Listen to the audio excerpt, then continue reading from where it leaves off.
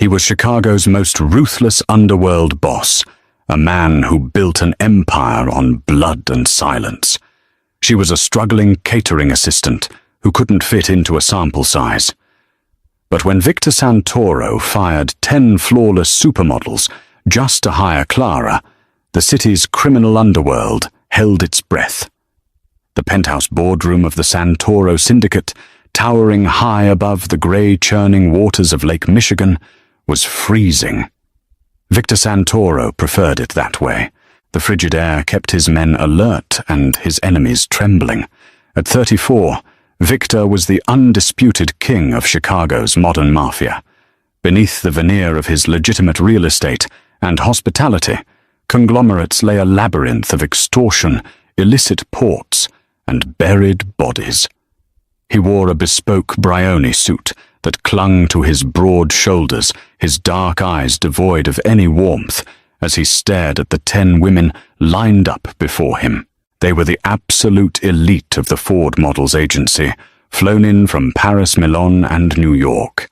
Tall, impossibly thin, and flawlessly contoured, they were there to audition for the face of La Familia Victor's newest, most opulent restaurant venture in the West Loop.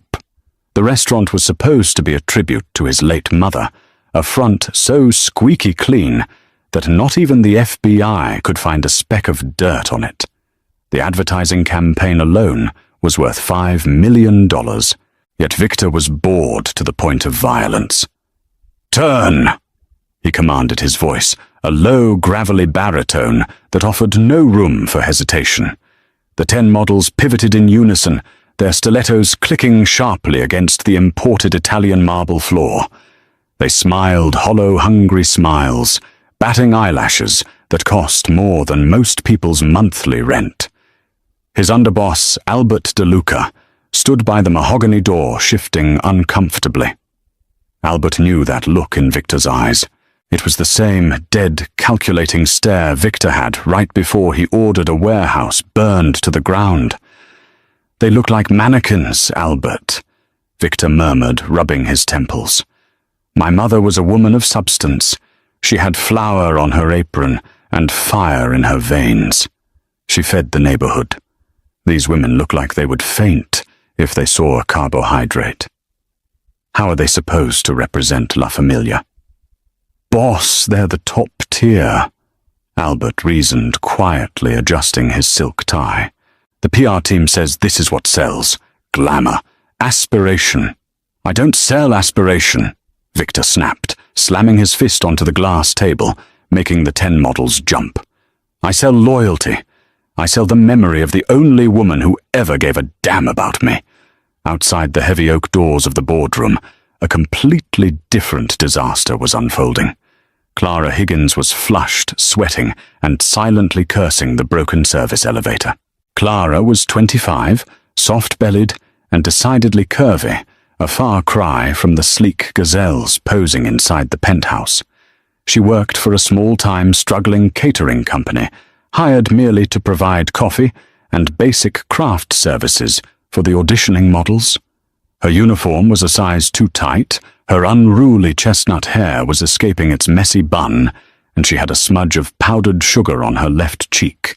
Clara was desperately trying to keep her catering cart from squeaking as she arranged the silver coffee urns. She was exhausted. Between paying off her father's mountain of medical debts and working double shifts, she barely had time to breathe, let alone eat properly. Because she couldn't afford the exorbitant downtown lunch prices, she had brought her own meal in a battered plastic Tupperware container.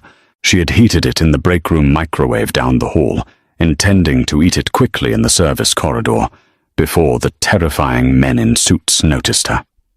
She pried the lid off the Tupperware, and the heavy, intoxicating aroma billowed out. It was a rustic, slow-simmered Sicilian ragout, but with a highly unorthodox twist, a dash of roasted fennel, a splash of cheap red wine, and a very specific pinch of dark cocoa powder and orange zest. Inside the boardroom, Victor was mid-sentence, tearing into the agency director, when he suddenly stopped. The words died in his throat. His chest tightened, a violent spasm of memory hitting him so hard he physically swayed. He inhaled sharply. It couldn't be. It was impossible. His mother Katerina had been dead for 15 years, gunned down in a crossfire when Victor was just a teenager. She had taken her secret recipe, the exact meal she made for him every Sunday to the grave. Victor had hired Michelin-starred chefs from Rome to Naples to recreate it, spending hundreds of thousands of dollars, but none of them ever got the spice ratio right. They always missed the cocoa. They always missed the orange zest. Albert. Victor whispered, his voice trembling for the first time in a decade. What is that smell? Albert sniffed the air, confused. A coffee, boss. Maybe somebody's perfume. No, Victor snarled, pushing his chair back so violently it crashed to the floor. He bypassed the 10 stunned supermodels, ignoring the panicked agency director.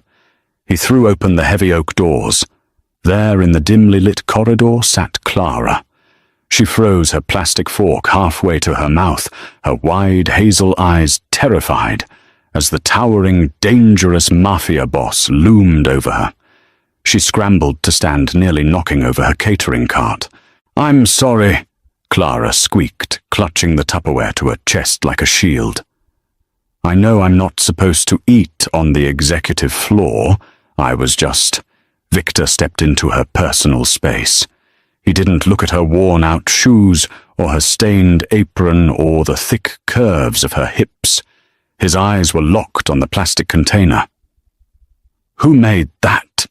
Victor demanded, his voice dropping to a terrifyingly quiet register. "I did, sir."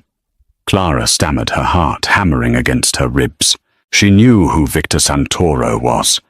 Everyone in Chicago knew to look at the pavement when a Santoro car drove by.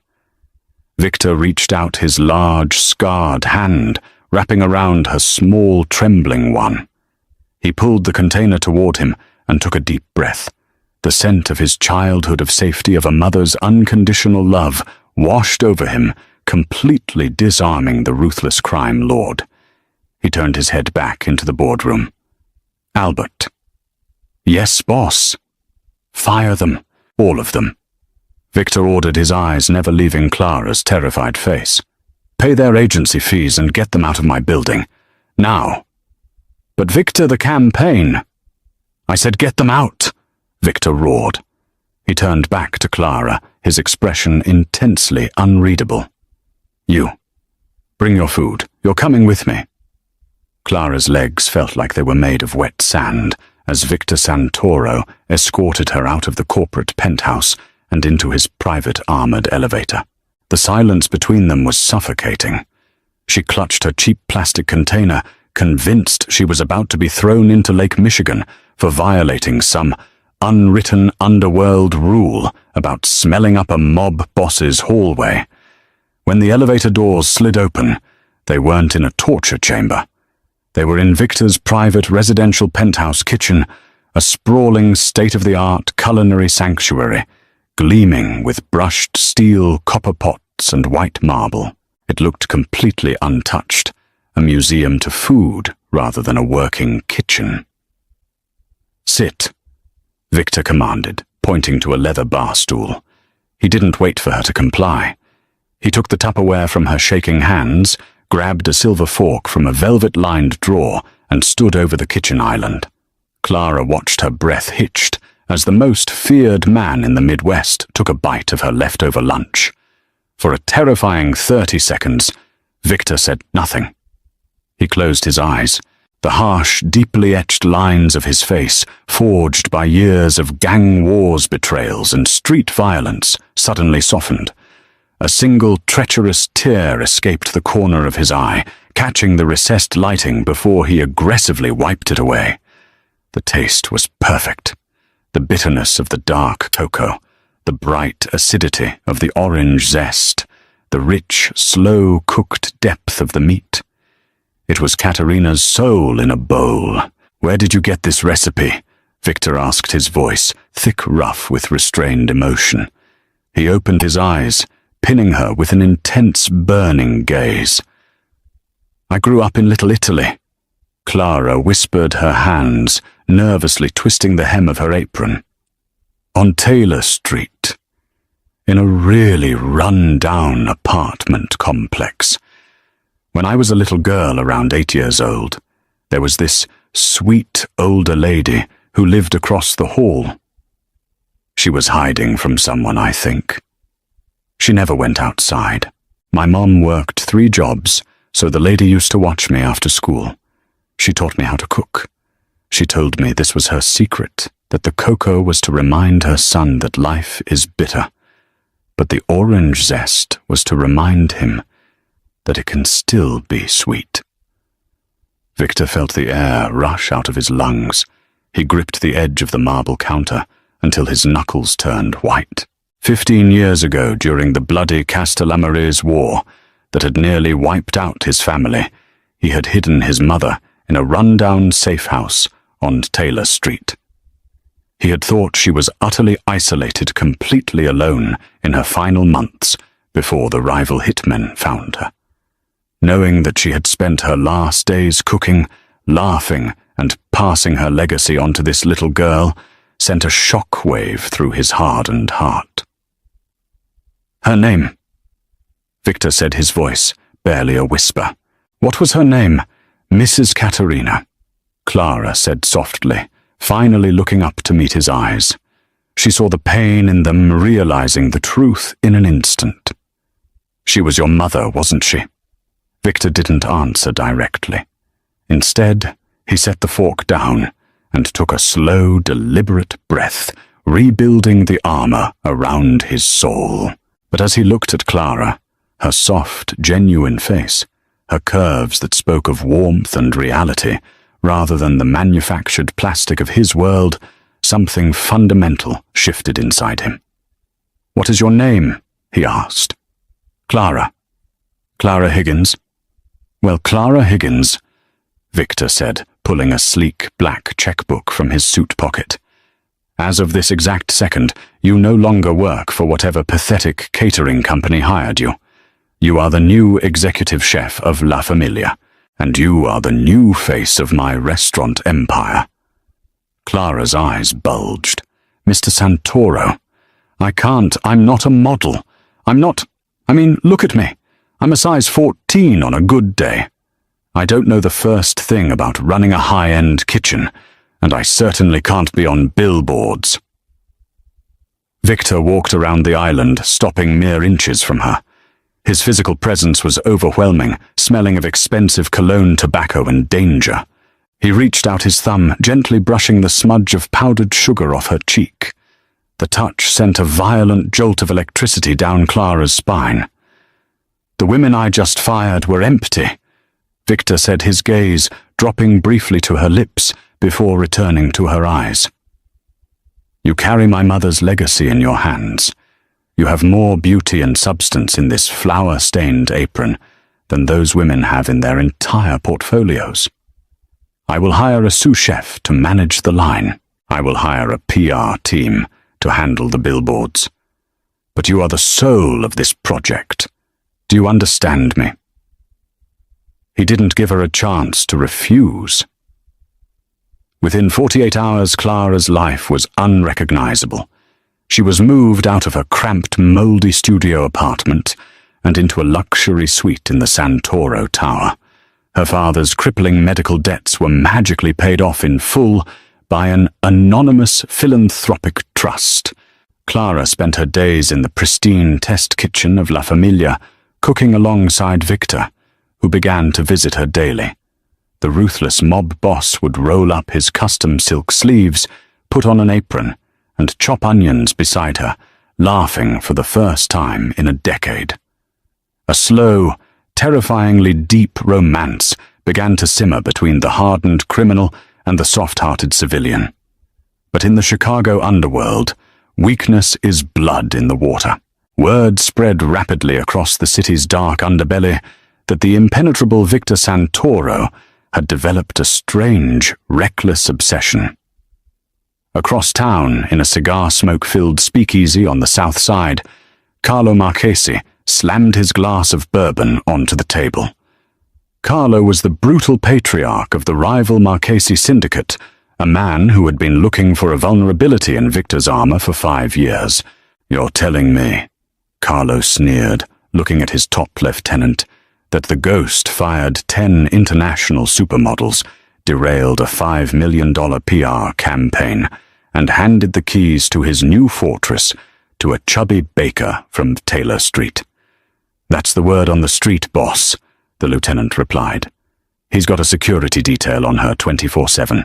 He eats with her every night. He's soft for her."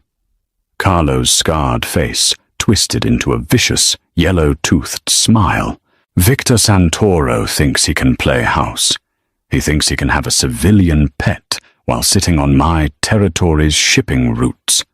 Carlo leaned forward, the ice clinking in his glass. "Find out everything about this Clara Higgins. Where she walks, who she loves, where her sick father lives. Victor wants to remember his mother good. We're going to make sure this little baker meets her." The storm was gathering, and Clara, surrounded by the intoxicating warmth of Victor's kitchen, had no idea she had just become the most high-value target in Chicago. The billboards went up on a Tuesday, casting long, vibrant shadows over the magnificent mile. They did not feature the skeletal, hungry-eyed supermodels the industry was accustomed to. Instead, towering above the Chicago skyline was Clara Higgins. She was photographed in the warm, golden lighting of a rustic kitchen, wearing a pristine white chef's coat that hugged her generous curves perfectly. Her chestnut hair was loose, catching the light, and her smile was radiant, genuine, and deeply inviting. Beneath her image, the bold, elegant text read simply, "La Familia." Real food, real heritage. The city's elite went into an absolute frenzy. The fashion agencies scoffed, calling it a PR disaster, but the public reaction was instantaneous and explosive. The reservations line for La Familia crashed within 3 hours. People were utterly captivated by the mystery of the beautiful, normal-looking woman who had somehow charmed the notoriously icy Victor Santoro. Inside the fortified walls of the restaurant's kitchen, entirely shielded from the media storm, Clara was thriving. It was late into the evening, long after the prep staff had gone home. The stainless steel counters gleamed under the dim security lighting. Clara was experimenting with a new reduction sauce, the heavy scent of balsamic and roasted garlic filling the air. She wore comfortable clogs, and her favorite apron humming softly to herself. She didn't hear Victor enter until she felt the heat of his massive frame standing directly behind her.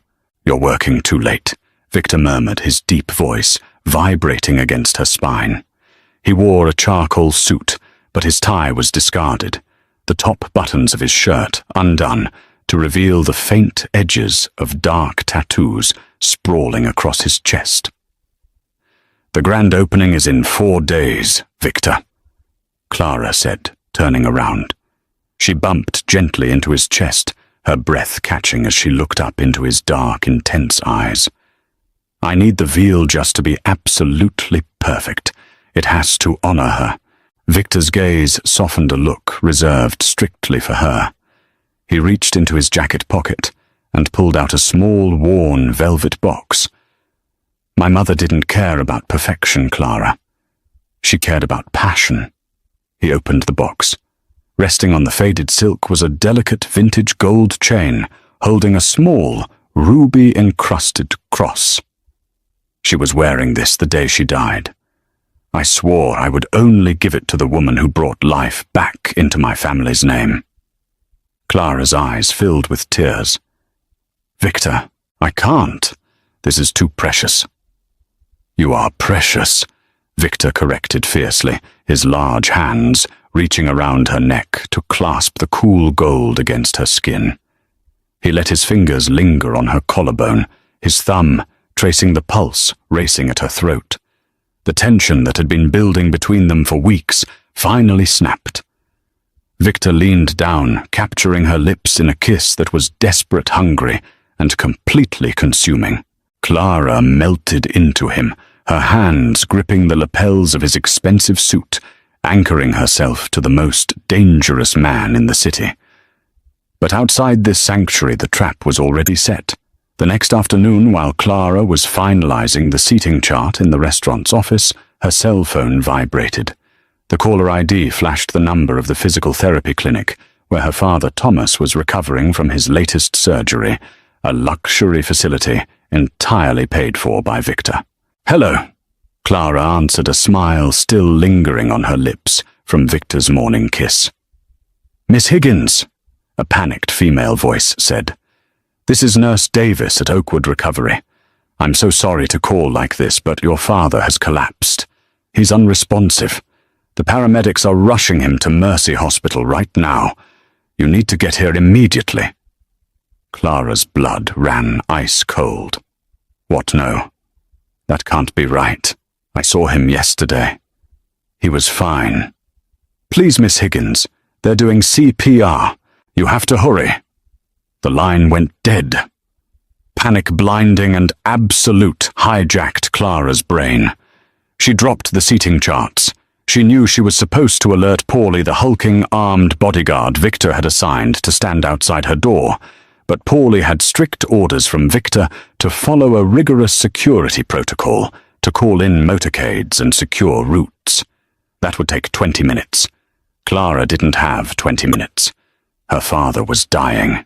Operating on pure adrenaline, Clara grabbed her coat and slipped out through the kitchen's freight elevator, a route the staff used for garbage disposal that bypassed the main security checkpoint. She burst out into the damp, narrow alley behind the restaurant, sprinting toward the street to hail a taxi. She never made it to the sidewalk. Two massive figures stepped out from the shadows of a commercial dumpster. Before Clara could even scream, a calloused hand clamped violently over her mouth. The suffocating chemical stench of chloroform flooded her nostrils. She thrashed wildly, her heavy kitchen clogs kicking at her attackers, but they were too strong. As her vision blurred and the world faded to black, the last thing she felt was the cold gold of Katerina's cross resting against her collarbone. 20 minutes later, Victor Santoro walked into the restaurant office carrying 2 cups of espresso. He found the room empty, the seating charts scattered across the floor. A cold, terrifying dread coiled in his gut. He stepped out into the hallway. "Paulie." "Boss!" Paulie jogged over, looking confused. "She's still inside, right?" Victor didn't answer. He turned and sprinted toward the kitchen, his eyes scanning the space until they landed on the open freight elevator. He rode it down to the alley. There, lying in a puddle of stagnant water, was Clara's cell phone. Albert DeLuca stepped into the alley a moment later, his gun already drawn, sensing the shift in the atmosphere. He looked at Victor, and a chill went down the underboss's spine. The man standing in the alley was no longer the man who had been laughing and cooking veal. The warmth was gone, replaced by a dark, murderous void. The ghost of Chicago had returned. "Albert," Victor whispered, his voice sounding like cracking ice. "Mobilize the men, empty the armories, lock down every bridge and tunnel in this city. If Carlo Marchesi has harmed one hair on her head, I will paint the streets with his blood." The cold was absolute, seeping through Clara's bones and rattling her teeth. She woke up tied to a heavy steel chair, the harsh fluorescent lights of an abandoned meatpacking plant blinding her. The smell of rust-old copper and freezing ammonia made her stomach churn. Standing 10 feet away, smoking a thick Cuban cigar, was Carlo Marchesi. He was surrounded by 6 heavily armed men. "Look who's awake!" Carlo sneered, walking toward her. He grabbed her chin, roughly examining her face. "I gotta admit, I don't see the appeal. You're soft. You're a civilian." but my guys tell me Santoro looks at you like you're the Virgin Mary." Clara didn't cry. She was terrified, her heart hammering against her ribs like a trapped bird. But she remembered the Taylor Street apartments. She remembered the debt collectors who used to bash on her father's door. She knew how to look a monster in the eye. "He's going to kill you," Clara said, her voice shaking but defiant. Carlo laughed, a booming, ugly sound. "No, sweetheart. He's going to sign over the South Side ports, the unions and the trucking routes. Because if he doesn't, I'm going to put a bullet in your pretty little head and send him the video." Carlo pulled a burner phone from his coat and dialed Victor's private number. It answered on the first ring. "Carlo." Victor's voice came through the speaker. It wasn't angry. It was terrifyingly calm, flat and hollow. "Listen to me, Santoro," Carlo gloated. "I have your little baker. If you ever want to taste her cooking again, you're going to hand over the waterfront. No lawyers, just you the deeds and my men at the docks." "Carlo," Victor repeated softly. "Did you look outside before you made this call?" Carlo frowned. He gestured to one of his men, Tommy Knuckles Sullivan, to check the frosted, grime-covered windows of the warehouse. Tommy wiped the glass, peered out into the darkness, and immediately took a staggering step back.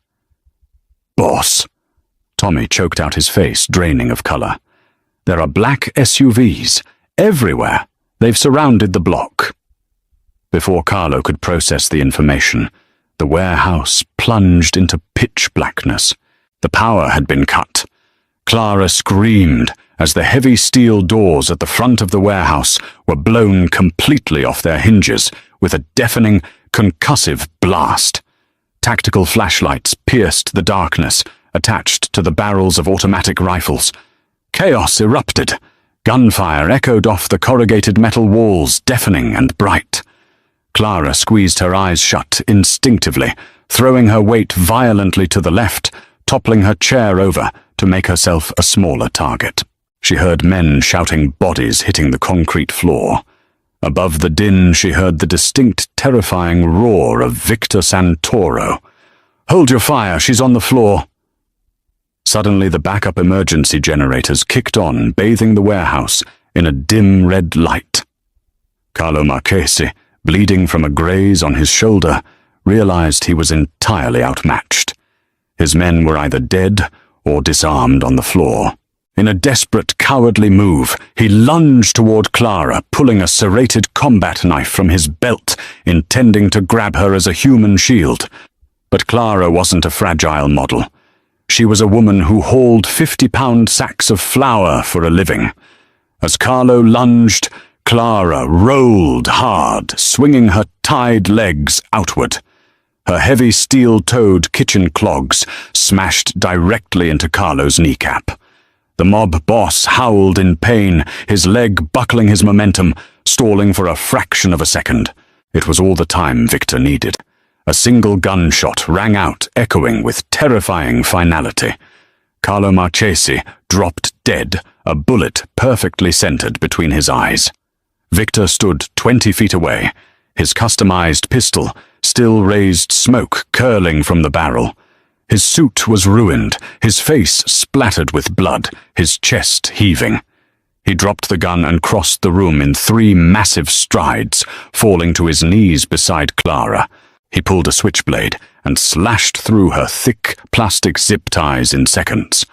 He pulled her into his chest, burying his face in her chestnut hair, his massive frame shaking. "Are you hurt? Did he touch you?" he demanded, his hands frantically checking her face, her arms, her neck stopping when his fingers brushed the gold cross. "I'm okay," Clara sobbed, burying her face into his blood-stained shirt, gripping him, as if letting go would mean falling off the earth. "I'm okay, Victor." "I'm sorry," Victor whispered, pressing his lips to her forehead. "I brought you into this darkness.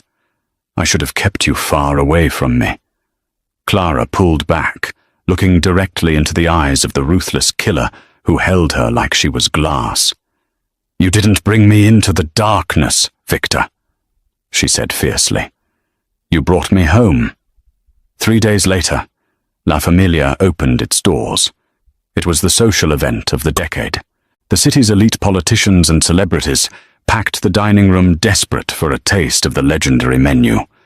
Clara emerged from the kitchen, not in a chef's coat, but in a breathtaking emerald green silk gown that cascaded over her curves like liquid glass. Around her neck, Katerina's ruby cross caught the chandelier light. Victor stood at the bottom of the grand staircase, waiting for her, looking devastatingly handsome in a perfectly tailored tuxedo. As she descended, the entire room went silent. He offered her his hand, ignoring the flashing cameras of the society press. He didn't care who saw them. He didn't care about the whispers of his underworld empire. The man who had lived his entire life in the shadows was stepping into the light, completely captivated by the woman who had saved his soul with a pinch of cocoa and orange zest. He pulled her close, kissing her softly in front of the entire world, declaring silently, permanently, that the King of Chicago had finally found his queen. Did you expect that explosive twist at the warehouse? Clara proved she is far more than just a talented chef. She has the heart and bravery of a true Mafia queen. If you loved this intense mix of culinary passion, high-stakes underworld drama, and a romance that defies all the odds, please hit that like button. Share this incredible story with your friends, and make sure to subscribe to the channel for more thrilling, pulse-pounding romance